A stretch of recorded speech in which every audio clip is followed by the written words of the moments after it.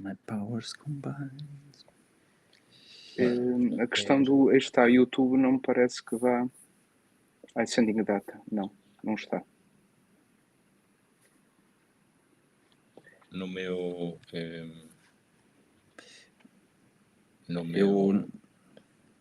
Eu creio que já estamos. Já estamos no Facebook. Já? Já. No YouTube é que não é possível.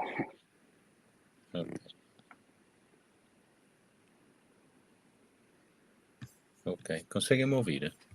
Sim. Ok. É que os earphones passaram para o telemóvel.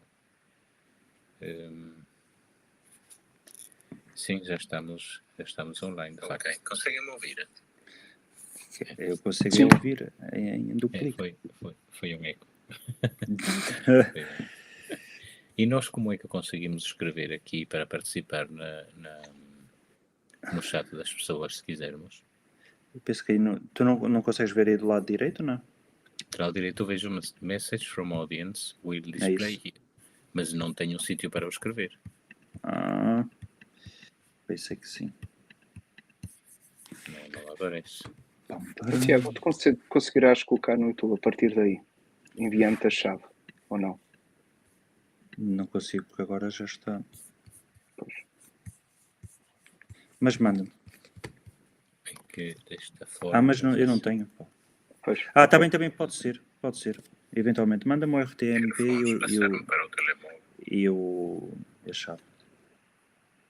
A ver se dá. Pronto.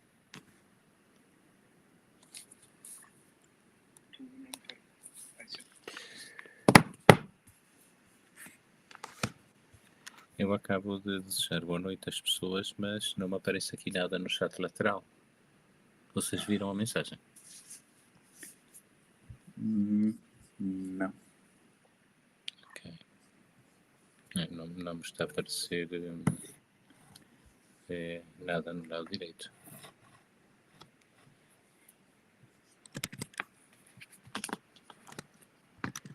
Deixa-me ver se consigo, entretanto, aqui.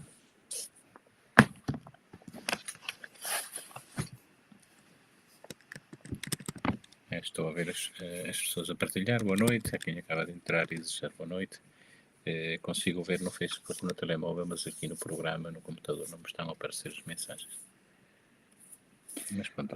Pablo, ora ver se consegues ver. Não no tá YouTube? Lá. Sim. Para onde é que mandaste? Para o teu? Ou... Não, mandei para aquele que tu mandaste. Não, eu não estou a ver. Não. Paciência. Ora vê. Aonde? Lá no YouTube. Não está não. Paciência, como diz o outro. Okay. 901. Ora bem, só para explicar, nós estamos aqui a fazer um bocado de tempo. As pessoas, entretanto, vão entrando, a ver se hoje é de verdade que isto inicia. Parece que sim. Ao fim das adversidades.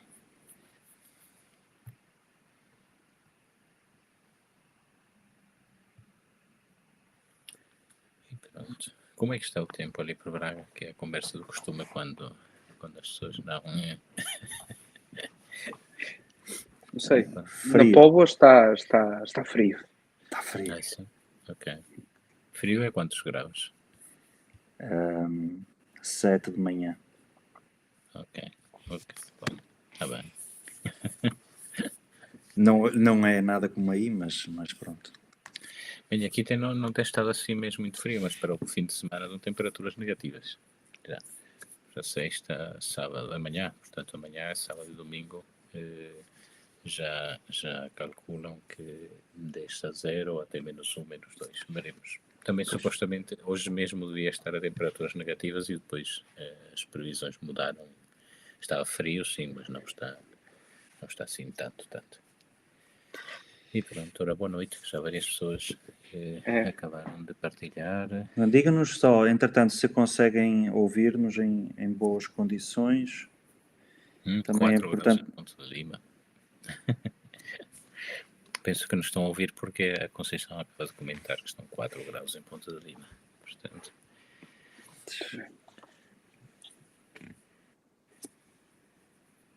há uma curiosidade. Eu acho que entramos em direto no YouTube. É uma boa. Ótimo, perfeito. Deixa-me só ver aqui uma coisa, porque há quem queira acompanhar também. Ótimo. Sim, há quem queira acompanhar através do... Deixa-me só ver aqui. Ótimo. O feedback das pessoas no chat diz que conseguem ouvir bem. Ótimo, eu agora vou... É bom. Ok, ótimo, obrigado. Deixa-me só partilhar aqui. Ok, copiar. Eu vou colocar aqui. Ótimo, obrigado, Lina e Maria Pereira também estão a confirmar que se ouve bem. E eu penso que se calhar podíamos quase começar. Não, é? Não, deixa-me só aqui partilhar aqui na comunidade dos congregados, está bem? Se não te importares. A pedido de várias famílias. De várias famílias. A pedido de várias famílias. Pronto, já estamos. Vamos lá. Ótimo, lá. Muito bem. Perfeito. Entretanto, então, boa noite a todos. Peço desculpa em nome dos 3 da semana passada este sobressalto que não foi desejado, mas o Facebook às vezes é esta caixa de Pandora, de surpresas. Nós insistíamos, mas não conseguimos vencer a tecnologia, a máquina, o sistema ultrapassou-nos. E então hoje estamos também este arranque um bocado diferente, porque estamos a testar uma nova plataforma a ver se conseguimos ultrapassar esta dificuldade da semana passada. Eu penso que à partida estará já a funcionar corretamente. E o tema mantém-se, ou seja, a semana passada, para hoje praticamente cumpre-se um mês desde que foi lançado o relatório. O relatório. O relatório, sim. E quer dizer, o fim da o fim foi no dia 29 de outubro. Pronto, mas sim, estamos perto. Estou a dizer que está quase um mês. Sim, pronto. Quase um mês de que terminou a Assembleia e por isso, entretanto, tendo já saído o relatório síntese, parecia-nos importante pelo menos sublinhar alguns aspectos, partilhar aquilo que nos parece mais relevante. É um documento bastante denso, até amplo, há muita coisa para falar. Obviamente não vamos conseguir falar de tudo e por isso simplesmente vamos sintetizar ou cada um de nós dar algumas ideias. Mas digam boa noite, não sejam bem educados para com as pessoas. Eu acho que já disse boa noite. Eu já tinha dito ainda antes de ti, mas boa noite a todos e bem-vindos. Boa noite. Não sei, quer dizer, posso começar para começar? Sim, começa. Não, enfim, eu sinto-me surpreendido, não quero copiar um certo programa da televisão, não é? Mas neste momento sinto-me surpreendido, depois de quase um mês de termos finalizado esta primeira sessão da 16ª Assembleia Geral Ordinária do Sínodo dos Bispos.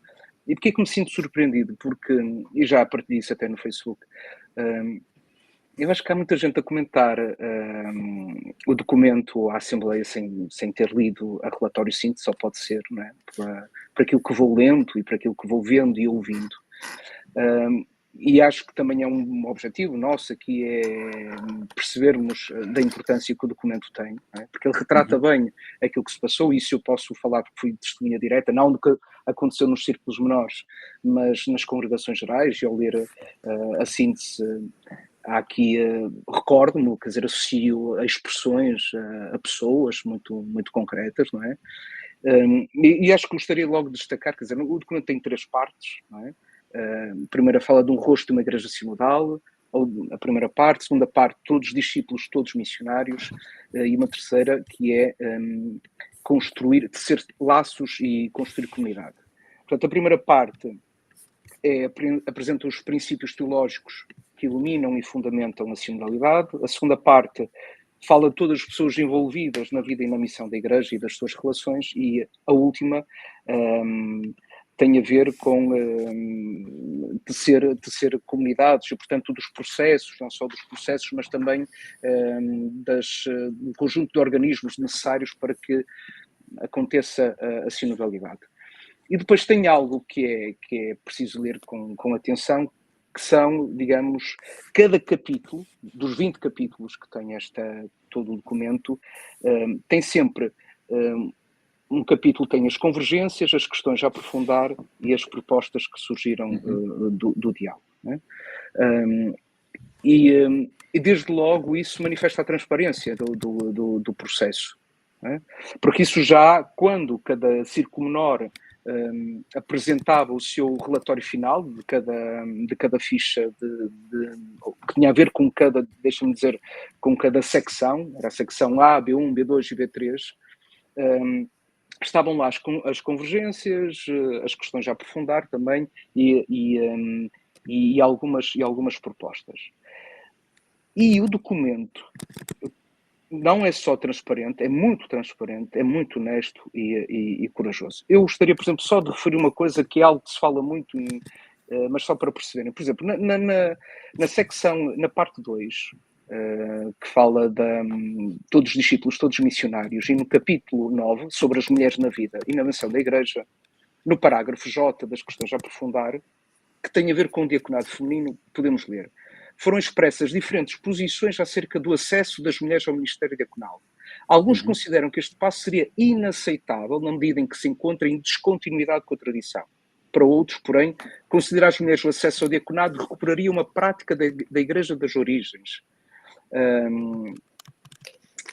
Outros ainda discernem neste passo uma resposta apropriada e necessária aos sinais dos tempos, fiel à tradição e capaz de encontrar eco no coração de muitas pessoas que procuram uma renovada vitalidade e energia na Igreja. Alguns exprimem o receio de que este pedido seja expressão de uma perigosa confusão antropológica. Acolhendo-a, a Igreja estaria a alinhar com o espírito do tempo. Se nós pensarmos o que é dito a propósito de diaconado, está aqui expresso aquilo que é, digamos, o sentir e a sensibilidade, as várias sensibilidades dentro da Igreja. Não é?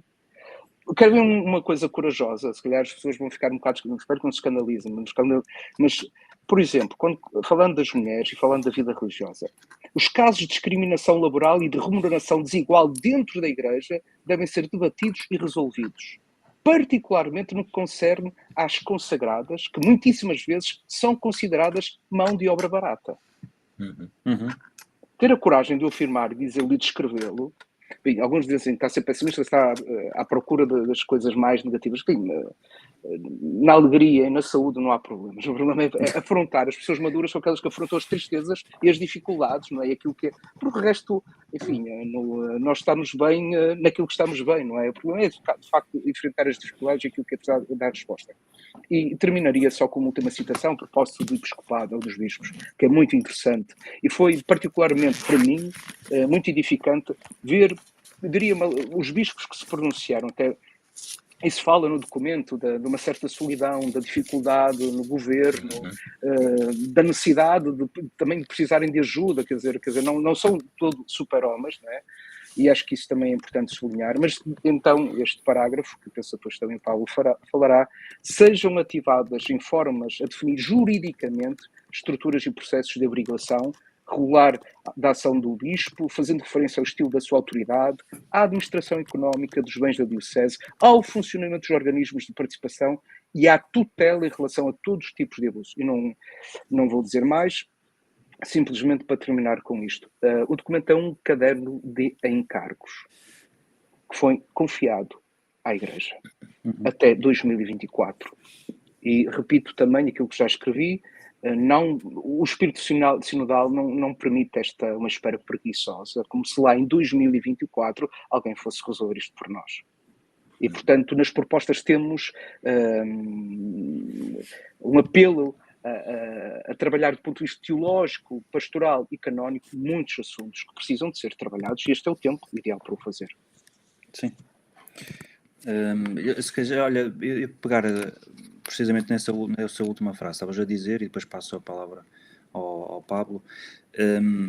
porque sei que também vou escutando e vou lendo, e algumas pessoas questionam se o processo de escuta ainda vai continuar ao longo deste ano, ou perguntam em instâncias ou momentos onde podem continuar a pronunciar-se sobre aquilo que foi dito. Eu acho que, em verdade, sim, que é pedido que se continue a refletir, mas, ao mesmo tempo, lendo o Sínodo, e isto parece-me ainda mais relevante, é quase uma espécie de um refrão que insistentemente é bem escrito no documento: estude-se, aprofunde-se, não é? Portanto, há aqui um momento, neste intervalo de tempo até ao próximo ano, parece-me que é sugerido no documento, que é o tempo quase da teologia e dos teólogos, de dar profundidade mesmo teológica a vários temas que ali são lançados. Para quê? Para que depois, no próximo ano, tendo novos elementos e novos fundamentos, não é? Ou pelo menos fundamentos confirmados, se possa pronunciar novamente. Não é? Portanto, acho que este processo inicial de escuta, creio que já teve o seu tempo, atingiu a sua maturidade. Creio que agora estamos numa nova fase que é de aprofundamento, de consolidação teológica. Não é? As coisas eventualmente não se anulam, mas ao mesmo tempo é preciso dar um passo em frente, creio. Pablo. Uhum. Não, eu ia pegar na questão que o Paulo assinou a propósito da questão da transparência no documento. Não é? E uma das coisas interessantes do documento, na minha opinião, é que por muitas vezes, mas muitas mesmo, o documento insiste na questão da prestação de contas e na cultura da transparência, que é uma coisa extraordinária, porque é de facto uma afirmação de que há uma necessidade muito grande na Igreja de uma maior transparência a todos os níveis, e depois faz uma espécie de descida progressiva da vida das comunidades paroquiais, da vida das dioceses, etc., até chega a ponto de referir que os próprios bispos têm uma obrigação de desenvolver uma cultura de transparência, e ainda mais, fala-se mesmo até de itinerários nos quais se preste contas, ou melhor, o próprio bispo preste contas do seu ministério e da sua forma de governo. Uhum. Que é uma coisa que de facto vem ao arrepio daquilo que tem sido até agora, que é exatamente o contrário. A lógica até agora é toda a gente presta contas ao bispo, o bispo não presta contas a ninguém, a não ser de 5 em 5 anos ao Papa, numa visita de poucos minutos em Roma, não é?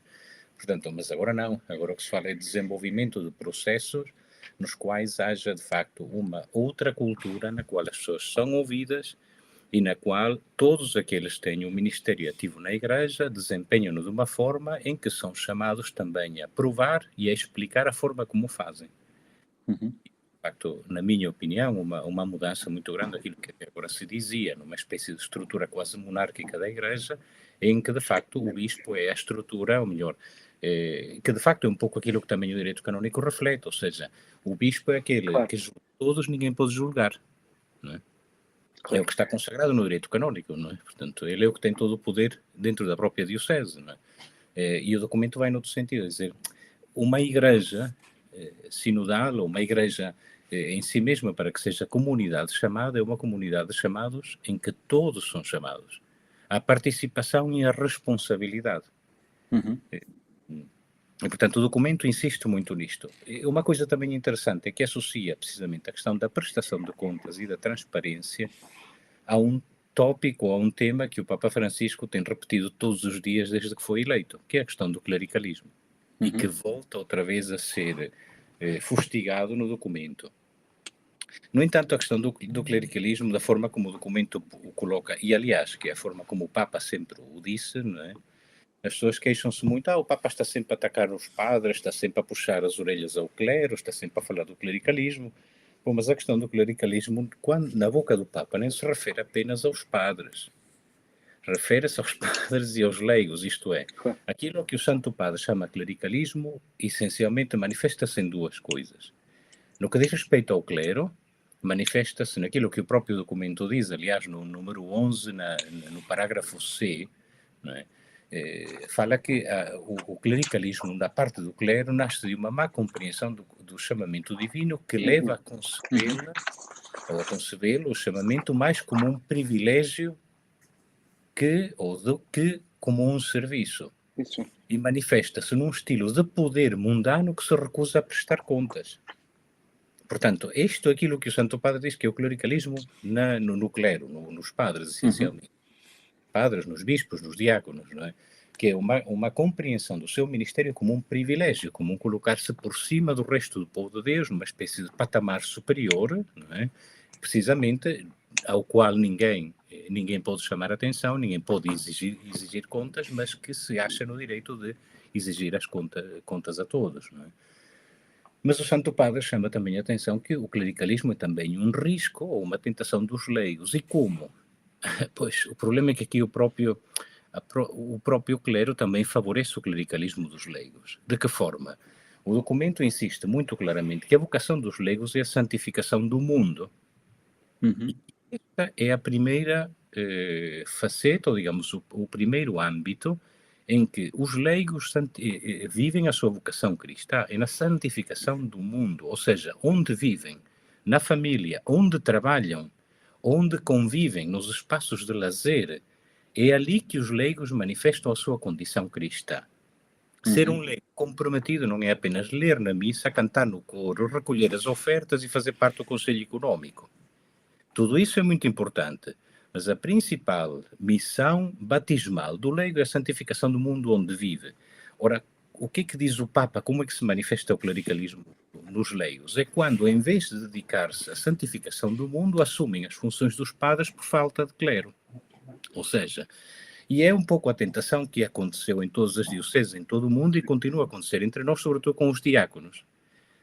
Ou seja, quantos são os diáconos que em Portugal se dedicam, por exemplo, a trabalhos de pastoral social, ao governo dos centros sociais, a dirigir a Caritas, por exemplo, ou outras instituições de beneficência? Não. Essencialmente, os diáconos o que fazem em Portugal é fazem as vezes de padre sem poder celebrar missa.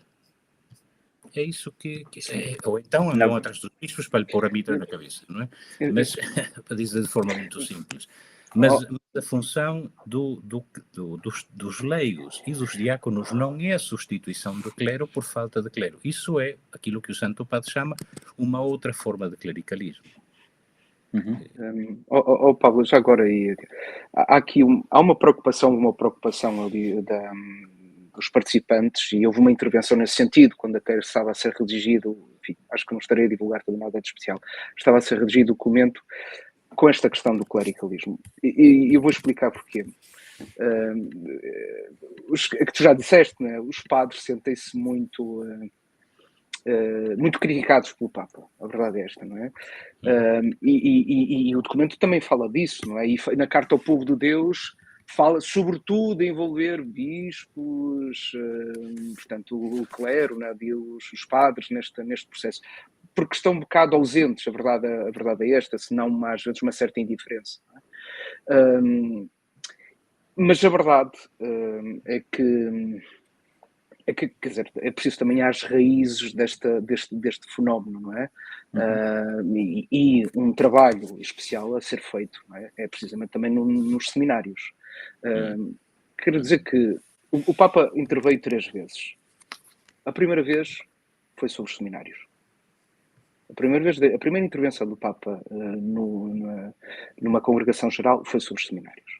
E a preocupação que os bispos manifestam relativamente aos seminários. E sobre isto eu queria dizer uma coisa que eu acho espantosa. E há poucos dias vi alguém que nós conhecemos, e vamos lendo de responsáveis de seminários, quando falo responsáveis, não falo só reitores ou vice-reitores, mas de formadores, toda a gente já percebeu que a coisa não funciona, que há algo que tem que ser feito.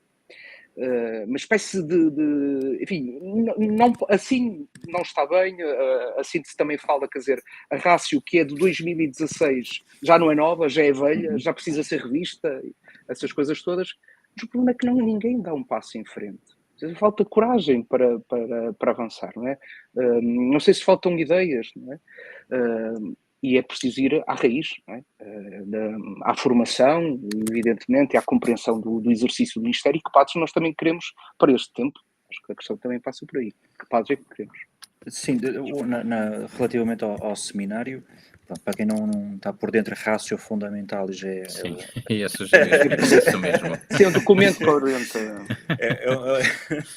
No fundo, é um documento que orienta, o que dá as linhas mestres de como deve ser a formação nos seminários, o espírito, o modelo também do que se pretende de presbítero, não é? E como é que o seminário maior, menor se devem estruturar. Hoje em dia, cada vez mais o ano propedêutico, quer dizer, o ano antes de entrar propriamente na formação teológica universitária, e como é que isso deve ser orientado. Dá origem a um documento chamado Cássio Fundamentais, de modo muito simples.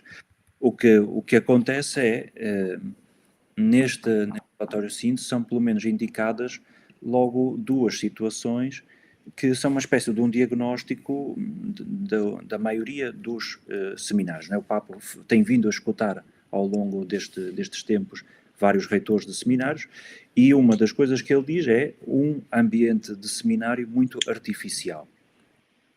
Quando se pretende um ambiente, digamos, mais de comunidade natural, de vivência fraterna entre as pessoas que vivem, ou seja, esta artificialidade tem a ver do modo como os seminaristas interagem entre si, em alguns casos também de uma não preparação até para as coisas mais simples do dia a dia, desde lavar a roupa ou cozinhar, ou aquelas que são as dificuldades de qualquer. Que vai ser a realidade da vida que vai ser a vida real da nossa vida. Da nossa vida. Outra coisa que diz o Papa tem a ver com uma não ligação à pastoral, às comunidades. Penso que é número 14N. Eu vou só ler. O caminho formativo não deverá criar um ambiente artificial separado da vida comum dos fiéis. Portanto, tem que haver uma aproximação, uma certa normalidade daquilo que é a vida normal das pessoas. E isso é também, penso eu, Pablo, esta questão de um corte, até com esta tentação do clericalismo, que no fundo é projetar uma imagem de alguém que não está ao nível, ou que está para lá daquilo que é a vida normal das pessoas. A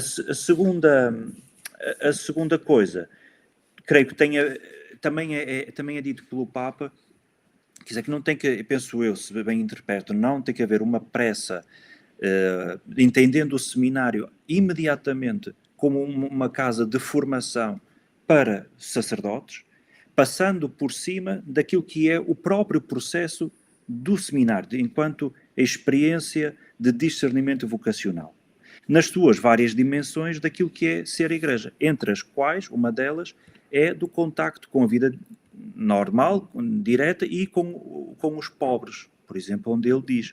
E isso, sim, em alguns casos tem-se sugerido situações onde, por exemplo, fazer um interregno, até no processo da formação seminária, para poder viver outro género de experiências, seja dentro da diocese ou fora da diocese, porque quando o seminário é entendido imediatamente como uma formação para ser padre, há todo um conjunto mais alargado de experiências que não são vividas, não são dimensões que não são vividas, ou seja, o seminário não pode ser reduzido à preparação intelectual, mas é moldar, isto é explorar e moldar todas as várias dimensões de um futuro sacerdote, não é? Há dias, se me permites, a conversar aqui com um jovem da Eslováquia e um outro de Singapura, que, enfim, fizeram um processo vocacional e discernem a nossa vocação para a vida matrimonial, mas no contexto de uma das conversas, eles, ao perceber um pouco qual é que era o sistema do internato nos seminários, ficaram um bocado chocados. Portanto, e ficaram chocados neste sentido, não é? Portanto, a pergunta era, mas os seminaristas são estudantes universitários? A maior parte deles frequentam as faculdades de teologia. Ok, pronto, mas eles não cozinham para eles próprios. Não, no seminário há uma equipa de cozinha que prepara as refeições para os seminaristas, portanto não são universitários exatamente como os outros. E a roupa são eles que lavam? Não, também não são eles que lavam. Há uma equipa de lavandaria que lava a roupa aos Eu acho que há gente que está a conhecer mais o seminário agora do que... Ou seja, a verdade é que o seminário corresponde a uma forma de estar que já não é a forma de estar da sociedade hoje em dia. É verdade que nós temos também universitários que levam a roupa suja para as mães lavarem no fim de semana a casa. não faltam Sim. desses, Não é? mas aqueles, sobretudo, que vão para a universidade longe, que não têm o luxo de voltar todos os fins de semana, aprender a cozinhar, a lavar a roupa e a organizar a própria vida durante o tempo do seminário. Ora, uma das coisas graves deste sistema, que já não corresponde à realidade, é que depois, quando vão para as paróquias, não têm condições para ter uma pessoa a tempo inteiro para tomar-lhes conta da casa, não é? Uhum. Não para pagar a funcionária. Etc. Portanto, há aqui muitas questões que de facto correspondem a uma época e a uma sociedade e a uma igreja que já não existem, não é? Mas a mentalidade do privilégio começa por ali. A mentalidade do privilégio começa por ali. E começa também por uma outra dimensão, que é a questão da responsabilidade. Ou seja, qualquer outro estudante da mesma idade dos nossos seminaristas organizam a própria vida em termos de entradas e saídas que não tem nada a ver com o sistema de internato que é no seminário. Não é? E, portanto, sim, há uma reforma também muito profunda a fazer em termos da formação sacerdotal, porque depois não nos podemos surpreender que o perfil dos padres que temos é este. Pois é este porque foi para isso que eles foram formados. Não é? E já agora, só uma curiosidade, é que anteontem foi revelado nos Estados Unidos um estudo sobre o perfil dos padres jovens ordenados desde 2010 até 2023, não é? Li isso também. E o artigo, de forma muito rápida, essencialmente diz que apresenta 3 ou 4 traços dos padres ordenados de 2010 para a frente, portanto, os últimos 13 anos, não é? O primeiro traço é que a maior parte deles, 80%, se autodefinem como sendo conservadores, com pouquíssima sensibilidade ou interesse no âmbito social, por exemplo. Portanto, é mais liturgia, liturgia. Essencialmente, a liturgia é a questão da preservação do dogma. É uma das coisas que eles insistem profundamente, a preservação do dogma, etc. Mas o dado depois não bate certo com o que vem a seguir. É que, portanto, apresentam-se a si mesmos ou autodefinem-se como muito mais ortodoxos e fiéis à Igreja. Mas a confiança nos bispos da sua própria diocese, neste clero novo, é apenas de 49%. Ou seja, mais de metade não confia nos próprios bispos diocesanos. E, em termos gerais, 24% não confia na Conferência Episcopal dos Estados Unidos. Ou seja, há uma grande insistência em termos dogmáticos, mas ao mesmo tempo há uma muito pobre identificação com a Igreja. Pablo, desculpa só parênteses, mas sim. outra corrente, creio que é com aquele que é a opinião, digamos, com o perfil ou com o tipo dos leigos, não é? Dos cristãos, que me parece ter sido dito no artigo, que é, ou então li também noutra notícia, nesta contraposição serem de mente mais abertos, não é? Mais progressistas, por assim dizer. Sim. Há também aqui um contraste entre o laicado e o clero, não é? A outra coisa também interessante é, uma das outras dimensões que apresenta este estudo é a propósito do burnout, ou do esgotamento, entre o clero, não é? E fala que perto de 60% dos padres ordenados entre 2010 e 2023 já tiveram algum tipo de experiência de esgotamento. Sim. E o relatório fala disso. E 40%, desculpem, agora estou a dizer mal, portanto, clero abaixo dos 45 anos, 60% afirmam que já tiveram alguma experiência de esgotamento. É que repara, eu no outro dia, desculpa lá se eu interromper, desculpa, ias dizer mais alguma coisa? Sim. Não, força. Mas que tem a ver, e no outro dia pensava, é uma coisa muito básica, as pessoas sabem isso, é de pensarmos, o seminário prepara para um modelo de padre que já não existe, e de organização paroquial, de vida paroquial, não é? Em Diocese de Braga, como em Viana do Castelo, 4, 5, 6 paróquias começa a ser, isto entre nós, mas depois já há outras realidades, falamos de 20 ou 30 paróquias, enfim, é o que é. Com não sei quantos, com 5 ou 6 conselhos económicos, com não sei quantos grupos catequistas, o padre andar de um lado absolutamente para o outro, quer dizer, aquela vida ordenada, regular, missa àquela hora, não existe. enfim, isso já não existe. Isso não existe, por isso não, é um mundo que desapareceu e que não vai melhorar. Quer dizer, que não vamos passar por um processo ainda maior de ausência de pessoas, comunidades cada vez mais pequenas, portanto, mas isso não passa só pela reorganização, passa também pela formação, enfim, por outros estilos de vida. Agora, enfim, a verdade é que estamos, vou usar uma expressão um bocado dura, que é carne para canhão, não é? O risco neste momento, eu lembro-me, também estive 6 meses nos Estados Unidos, eu lembro perfeitamente que tinha um padre que dizia que os números de padres com problemas de diabetes tinha a ver com uma alimentação, não terem horários para comer, era brutal, não é? Quando entramos depois quando entramos nesse historial ou clínico, não é? Portanto, é um mundo que já não existe e os padres não podem ser formados, os seminários não podem ser de modo algum aquilo que eram há 40 e 50 anos atrás, não faz absolutamente sentido nenhum. Mas pronto, é preciso ter coragem para mudar. As que me está a faltar é a coragem. Entretanto, noutro tom, senão depois isto fica assim pesado. É pesado. Calma. E depois, senão também não dão de dominar aqui o tema todo nos padres.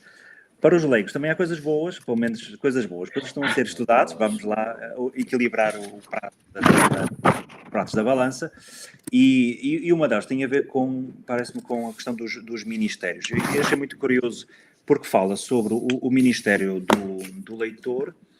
Estava a ver se conseguia recuperar aqui, pronto, que no número 8, e este é curioso, que pode pensar-se em ampliar ainda mais as tarefas atribuídas ao Ministério instituído do leitor, que já hoje não se limitam ao papel que desempenham durante as liturgias. É verdade, um outro parênteses é não esquecer que, entretanto, com o Papa Francisco, se abre os ministérios do leitor, acólito e catequista a todos os leigos, independentemente se são ou não são, se são homens ou mulheres, ou dentro dos homens aquilo que era seminaristas.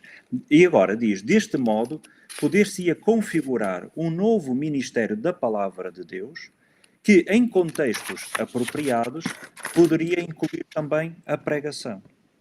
Não é? Esta ideia, esta é que me chamou a atenção, de tentar perceber como é que a pregação poderia ser confiada a um não sacerdote, a um leigo. O que é que vos parece? Está aqui.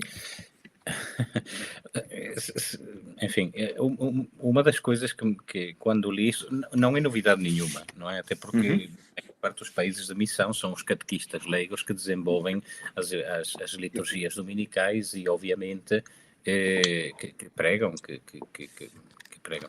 A questão é se este tipo de instituição não irá correr o risco, mais uma vez, do tal clericalismo que falámos há pouco, de conferir aos leigos uma parte do ministério do padre, essencialmente por falta de clero.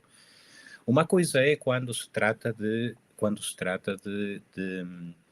uma pessoa com um carisma particular. E ou seja, há muitos leigos, muitos homens e mulheres que têm um grande carisma, têm um grande amor à palavra de Deus, têm um grande conhecimento da fé, das fontes da fé, e que têm capacidades, inclusive, de facto, preparar uma boa reflexão sobre a palavra de Deus e poder partilhar a mesa da palavra com a Assembleia. Eu devo dizer que, enquanto era pároco, numa das comunidades, todos os anos, no domingo da Sagrada Família, eu estava caladinho no meu lugar e pedia a um casal que preparasse com antecedência a reflexão sobre o Evangelho nesse domingo. E era algo que era preparado. E, portanto, assim o faziam, não é? E faziam-no muito bem, sem sombra de dúvidas, muito bem, muito melhor do que aquilo que eu poderia fazer nesse contexto. Mas, de facto, há aqui um risco de que isto se possa transformar ou se possa banalizar de tal forma que, em vez de reconhecer um carisma dentro do povo de Deus, se transforme em algo tão banal como, enfim, tantos outros ministérios, digamos, de caráter mais popular. Não é? Se calhar o Tiago vai pegar, mas existe também a proposta de um ministério dos casais. Sim, não, mas podes continua. Não, fala tu, Tiago. Ministérios é contigo, Tiago. Os ministérios... Não, o que eu ia dizer é só pegar um pouco atrás ainda sobre esta questão da palavra e dos ministérios, ou pelo menos deste, porque há aqui uma coisa que é necessário também recuperar. Foi dito, foi pelo menos proposto o Ministério do Catequista, e eu já tenho dito em algumas circunstâncias que não se pode olhar para o catequista como é pensado à luz daquilo que é o nosso catequista aqui em Portugal, não é? Se calhar é mais correto pensar na América Latina ou em África e numa pluralidade de funções que o catequista desempenha, muito mais próximas a um líder da comunidade do que propriamente apenas ao coordenador paroquial. Ao coordenador paroquial. Ou seja, podemos... sim, não, ou seja, basicamente podemos citar, se é alguém que, se pensarmos o sacerdote, aí sim, até a identidade do padre deve ser repensada, porque em alguns casos é restrita à ação sacramental, fica restrita à ação sacramental e não propriamente como até o pastor da comunidade, e na verdade é o catequista que sustenta a comunidade ao longo de todo o ano, não é? E desempenhado algumas funções relevantes, como orientar a oração, a assistência aos doentes, os funerais, a formação de outros catequistas, coordenar atividades pastorais ou ainda ajuda aos pobres. Portanto, isto são tudo dimensões que são confiadas ao catequista. E nesse aspecto é inevitável que a questão, ao usar aqui a terminologia pregação, é um termo muito próximo daquilo que é o sacerdote, mas a aplicação da palavra de Deus é algo possível por qualquer fiel leigo. Portanto, não meditar e dar o sentido da palavra de Deus não está restrito aos sacerdotes. Por isso é que dizia que eventualmente é necessário pensar de um modo diferente aquilo que é pensado enquanto catequista. Há uma coisa que me lembrei agora mesmo enquanto estavas a falar, que é precisamente no contexto, numa igreja cada vez mais ministerial, em que os leigos assumem cada vez mais a sua função, a sua missão batismal, e isto tanto na santificação do mundo como na orientação da vida das comunidades cristãs, não é? De facto, o ministério do padre transforma-se, não é? E tem de se transformar, não é? No ministério ao serviço da unidade. Ou seja, neste sentido é cada vez mais necessário o padre que é capaz de promover e de ajudar a pôr ao serviço de todos os talentos que o Senhor confiou a cada um. Né? Isto faz-me lembrar um teólogo que há uns anos atrás era muito conhecido, não é? E que agora está, enfim, um pouco enfim, escondido, não é? Que é o Bruno Forte, não é? Foi figura de referência durante muitos anos. Participou, estava lá. Hoje em dia não é uma voz tão pública como aquilo que... Sim. Mas ele tem um livrinho pequenino sobre o ministério sacerdotal, publicado pelas Paulinas, numa daquelas edições antigas, daquelas coleções antigas que tinham a maior parte das obras do Cardeal Martini. Ele tem uma expressão extraordinária a propósito do ministério do padre, e que ele o referia, isto há 20 e tal anos atrás, já a propósito de um novo perfil do padre, um pouco ao jeito de Paulo e de Timóteo, que andavam a visitar as comunidades cristãs, nas quais havia depois líderes locais. E ele tem a expressão extraordinária que é: o padre não é a síntese dos ministérios, mas o ministério da síntese.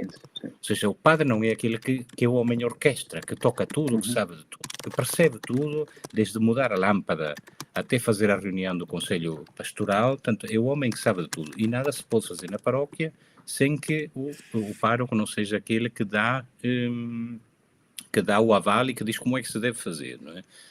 Mas não é esta a função do ministério do padre nos tempos que correm. Sim. É precisamente o contrário, é a promoção dos talentos que o Senhor confiou a cada um. E é nisto que ele é o ministério da síntese, isto é, aquele que agrupa, que traz, que põe a participar o maior número de pessoas possível, com os seus vários talentos e dons ao serviço da presença da Igreja no mundo e da própria comunidade paroquial, não é? O paroquial ou eclesial, não é? E, portanto, é isso, é um ministério da síntese, não é? O padre Carlos Vaz acaba de colocar, e de facto tem toda a razão, o padre não é o homem orquestra, é o diretor da orquestra. Mas ele não pode tocar os instrumentos até porque não sabe tocá-los, não é? Poderá saber tocar 1, 2, 3, está bem, pronto. Mas não toca os instrumentos todos de uma orquestra, não é? Mas há quem saiba. Há quem saiba. Sim. E se ele, de facto, for um bom diretor da orquestra, sai uma sinfonia extraordinária. Voltando só uma coisa, o Paulo há pouco perguntava sobre este possível ministério, uma coisa simples, mas também é interessante ser proposto relativamente aos casais, não é? De poder ter um caráter mais sólido, mais consolidado, ser elevado ao ministério, que, e é curioso que depois é dito no plural, conferido a casais, não só a uma pessoa individual, ao marido ou à esposa, mas conferir a casais um trabalho da pastoral familiar, isto é, de poder preparar outros casais para o sacramento do matrimônio. Mas também todo o documento faz uma séria aposta na pastoral familiar, e acho que isto é bastante relevante. Também um outro ministério que se fala, o da escuta. Há algum tempo atrás eu também já tinha pensado sobre isso, que esta questão da escuta, pense mais na lógica da dor, do luto, do sofrimento, porque me parece onde se joga a fé e onde se ganha ou se perde, e não pode ser dado por adquirido ou abandonadas as pessoas num momento de tão grande fragilidade quanto esse. E por isso creio que seria altamente frutífero para a Igreja que se pudesse pensar seriamente este ministério, ou seja, conferindo competências técnicas e espirituais para quem o possa exercer. Mas diz Paulo, uma coisa, estamos a derrapar no tempo. A derrapar. Não, eu acho que há uma pergunta aqui muito interessante que o José Carlos Ferreira faz, que é se o próximo Papa for, pronto, nesta categoria dos conservadores, bom, a pergunta é, se o próximo Papa for um conservador, há o risco de tudo isto ser em vão? Enfim, muitos olham para o sino processional como algo que vai dar em nada, o que eu acho, enfim, é uma afirmação muito forte, dado o percurso que está a ser feito, ou por todo este processo. Mas eu também, de facto, tenho refletido nisto. Primeiro, a minha convicção é de fé espiritual, é que este é o caminho que Deus quer para a Igreja. Ponto. Não é? E é por aqui. E não compreendo esta ideia, quer dizer, em si da sinodalidade, o controle sino, seja o que for, quer dizer, a Igreja não se compreende na sua história sem estar reunida em Assembleia a discutir os assuntos, quer dizer, desde o início, de repente parece que o Papa Francisco inventou o sínodo, instituiu o sínodo, que é uma novidade, é uma coisa tremenda, não é? Não é verdade, não é? Não é verdade. A Igreja não se compreende no seu caminho histórico, não é? Sem os concílios, sem os sínodos, não se compreende mesmo.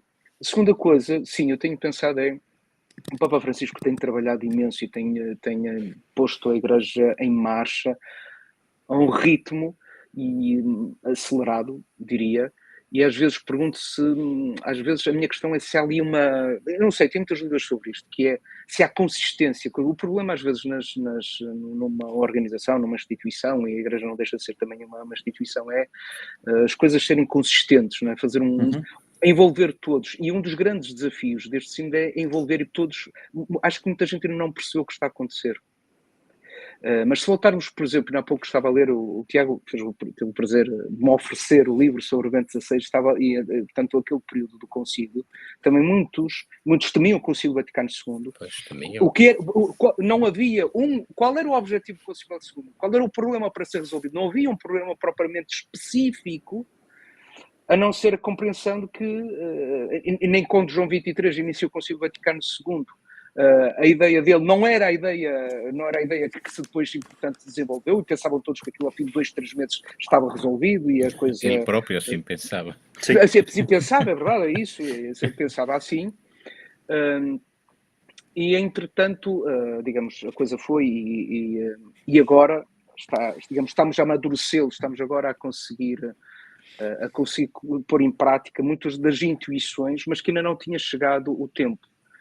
E isso vem uma terceira coisa, não sei se explorei bem a segunda, que é esta, que é da ordem da teologia, mais uma vez, e depois de ter sido terminada a sessão, no dia 1 de novembro foi publicada aquela carta apostólica sob a forma de motu próprio, que pedia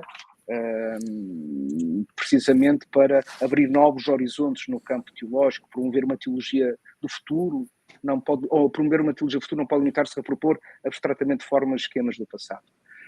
Eu acho que o Papa Francisco vai muito à nossa frente, muito à nossa frente. Mas o objetivo, como o Espírito Santo ia à frente, e vai sempre à frente. E, portanto, nós vemos, nós ouvimos, e depois é preciso dar substância. E este é o tempo dos teólogos, que basicamente para mim é criar odres novos para conter vinho novo. E, portanto, me parece que a coisa tem que ir por aí. Agora, eu estou convencido que Deus quer este é o caminho a fazer. E não me parece, não vislumbro outro. Voltar atrás não é de todo. O Papa, neste momento, já nem se fala de conservadorismo. Para as pessoas terem uma noção, o Papa já fala de indietrismo. Portanto, a gente quer voltar atrás, uma espécie de passado glorioso, um momento confortável. Que a verdade é essa. Eu, por exemplo, eu acho que, enfim, esse cara está-me a largar. Eu, quando hoje leio a oração sacerdotal de Jesus e ele pede unidade, eu acho que João, quando escreve, quer dizer, a igreja já estava ameaçada pela divisão. Sim, sem dúvida. Era evidente que a igreja já estava ameaçada pela divisão. Sem dúvida. Se nós pensarmos nos problemas todos das heresias, isso tudo, quanto, quer dizer, é o que eu digo, a igreja constantemente teve que se reunir para dar resposta às questões que o mundo lhe estava a colocar. Sim. E hoje os tempos, é a mesma coisa. A igreja está perante desafios tremendos e há gente que acha que com a batina, e agora vou ser polémica, e com mais uma meia dúzia de coisas fechados na sacristia, vão resolver. E só me faz lembrar o Evangelho do domingo passado, pois até o pouco tinham vão perder. Até o pouco tinham vão perder. Desculpa, minha gente, estamos a chegar ao fim. Não, eu ia dizer que se calhar numa outra conversa podemos tomar o tema da... porque o próprio documento, na sua abertura, fala da Igreja como diálogo, retomando a expressão lindíssima de Paulo VI na Eclésia. A Igreja até a tradução que colocaram na versão portuguesa, a Igreja é colóquio. A Igreja é colóquio. Enfim, a ideia é esta de que a Igreja é uma realidade de diálogo com Deus em primeiro lugar, de diálogo entre os membros da Igreja e de diálogo com o mundo. E esta ideia do diálogo é, de facto, penso eu, esta tal conversação no espírito, não é? Ou conversa no espírito de que o documento fala muitas vezes, não é? Eu penso que é, em certa medida, um novo rosto da Igreja que o Sínodo progressivamente irá marcar na vida da Igreja. Isto é, uma nova forma de relações entre todos os membros da Igreja. Não é? Dos presbíteros aos bispos, do bispo de Roma aos leigos, que a forma como a vida da Igreja se desenvolva seja cada vez mais uma realidade dialogal, que é, em fim de contas, um espelho daquilo que é a vida trinitária. Porque a Igreja é, de facto, ou deve ser um espelho daquilo que é a Trindade. E a Trindade é ela em si mesma a comunhão por excelência. A comunhão e o diálogo, esta dança divina entre o Pai, o Filho e o Espírito Santo, esta pericorese, este termo tão caro e tão bonito, não é? Deste diálogo, desta dança, desta constante relação entre o Pai, o Filho e o Espírito Santo, na identidade e na diferença de cada um deles, mas na unidade de um só Deus. Não é? E a Igreja é esta mesma realidade em que todos são diferentes, mas, como disse o Papa em Lisboa, todos são membros da Igreja. Todos são chamados a nela a participar e a entrar também nesta dança, cada um com a sua identidade, com a sua diferença, com as suas riquezas e pobrezas, com a sua fragilidade, os seus defeitos e pecados, e com as virtudes e as capacidades que desenvolveu segundo os dons de Deus e o próprio esforço. Não é? Mas este é de facto um passo geracional, é uma mudança de mentalidade que não é a estrutura piramidal a que estamos acostumados, não é? Mas é de facto uma estrutura circular ao jeito das mesas redondas em que o Sínodo não é? em que de facto todos, ainda que haja um ministério da síntese e haja o Ministério do Governo dentro da Igreja, todos se colocam ao serviço do único Deus e da sua palavra, que é o Evangelho dado pelo mundo, para o mundo, não é? Mas eu penso que se calhar isso numa outra ocasião podemos desenvolver um pouquinho o tópico que é quase um fio de ouro que está em todos os capítulos do documento, não é? Muito bem, acho que então está mantendo a tradição de não cumprir o nosso propósito inicial agora, não é? Mas é isso, quer dizer, a conversa depois também vai andando e também para mim, acho que para todos nós são coisas que gostamos imenso de falar e há sempre muito também para dizer. Espero que, por um lado, agora tenhamos conseguido resolver mais uma vez, o problema técnico da semana passada e dizer uma coisa, estivemos um pouco à conversa, supostamente pelo nosso itinerário inicial terminaríamos hoje estas nossas conversas informais, que não são estranhas para nós, muitas vezes o fazemos, trocamos impressões e pronto, com a apresentação de algumas ideias sobre o relatório de síntese terminaríamos. Pareceu-nos, contudo, que poderíamos prolongar um pouco mais esta dinâmica, eventualmente de 15 em 15 dias continuaríamos a promover estes encontros, seja sobre algum aspecto deste relatório da síntese que ainda possa ser pertinente discutir, ou então sobre outros temas da atualidade, da religiosa, de algum livro que tínhamos lido, ou eventualmente, agora a título individual, que quem nos acompanha possa sugerir-nos algum tema e depois nós também conversamos entre nós e perceber a pertinência e trazê-lo cá para todos, não é? Porque também saber aquilo que possa ser relevante para a maior parte das pessoas, também sentimos isto como um contributo que queremos prestar a quem nos escuta e a quem nos acompanha. Por isso, mais ou menos daqui a 15 dias regressaremos, mas avisaremos antes, pelo menos no dia anterior ou 2 dias antes, também avisamos mais ou menos até sobre o tema. Muito obrigado a todos que nos acompanham, pelas muitas mensagens que nos fizeram chegar e os agradecimentos. É bom para nós sentir que nos acompanham, que também vão estimando este nosso pedaço de conversa. É isso. Muito obrigado a todos. Um abraço. Boa noite. Bom descanso. Um abraço para todos e para todas. Um bom descanso. Obrigado.